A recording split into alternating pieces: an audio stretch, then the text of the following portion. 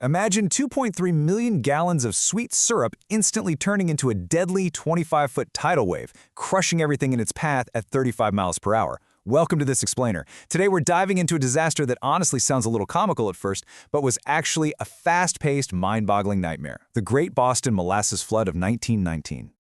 Okay, let's dive right into this. 2.3 million. I mean, try to wrap your head around that sheer volume of raw, dense molasses.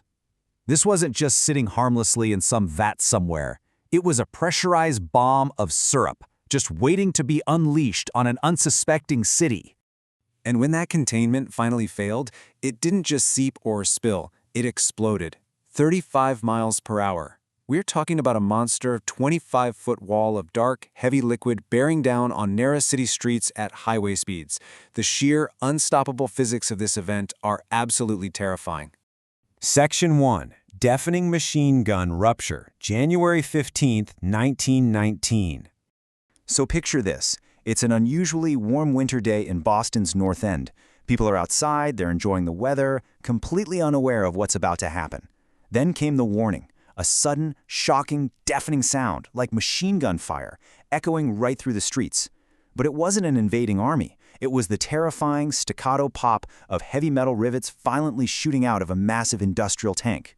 The source of this impending doom? The Purity Distilling Company tank.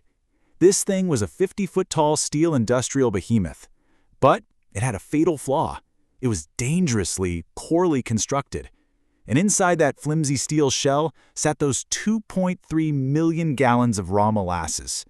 It was literally a structural failure waiting to happen, and moments later, it ripped wide open.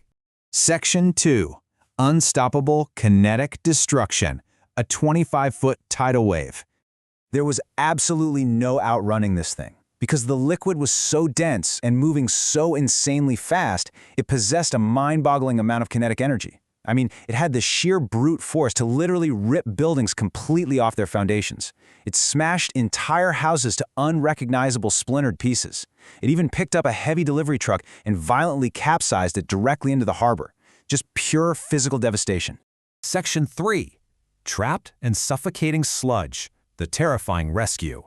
As the wave finally lost its momentum, the nature of the horror drastically changed, and it all came down to a fatal temperature drop. See, right out of the tank, this was a boiling hot, incredibly fast-moving liquid. But the moment it hit that freezing winter air, that hot syrup rapidly cooled. It thickened into this cold, dense, cement-like sludge. The rushing wave literally transformed into an inescapable trap. The horror of that transformation was immediate.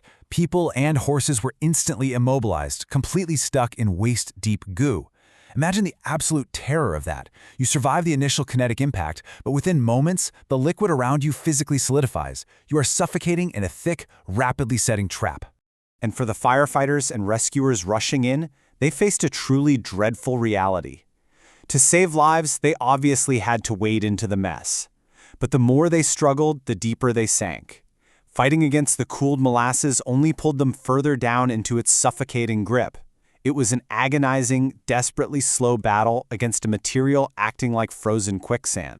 Section 4. The Eerie Sweet Legacy. The Murky Cleanup. So the initial wave was over in moments, but the grueling cleanup? That took weeks. It required a massive mobilization. Soldiers, sailors, and legions of volunteers were all deployed right into the disaster zone. And standard water just couldn't cut it. They had to blast the hardened, sticky mess with heavy-duty fire hoses, pumping salt water, eventually washing all of that broken-down sludge directly into the harbor. The environmental stain of that cleanup was visually shocking. The entire Atlantic Bay turned a murky brown. Millions of gallons of salt water mixed with raw molasses just washed out, leaving a grim, vast visual reminder of the incredible scale of the destruction. Which leads us to a pretty haunting question. When did the nightmare truly end? I mean, sure, the streets were eventually cleared and the buildings were rebuilt.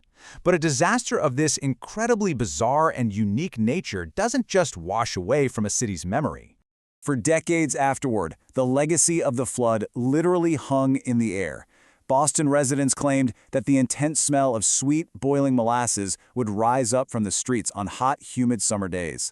Long after the physical sludge was gone, the very air in the North End served as an eerie, ghostly reminder of the deadly disaster. It leaves us with this final thought to ponder. What other seemingly bizarre events in history are hiding terrifying realities? We hear a headline like a molasses flood, and we might initially dismiss it as a joke. But history is filled with these shocking, devastating moments hiding just beneath a quirky surface. Thank you for diving into this explainer with me. Keep questioning, keep looking deeper into the past, and I'll catch you next time.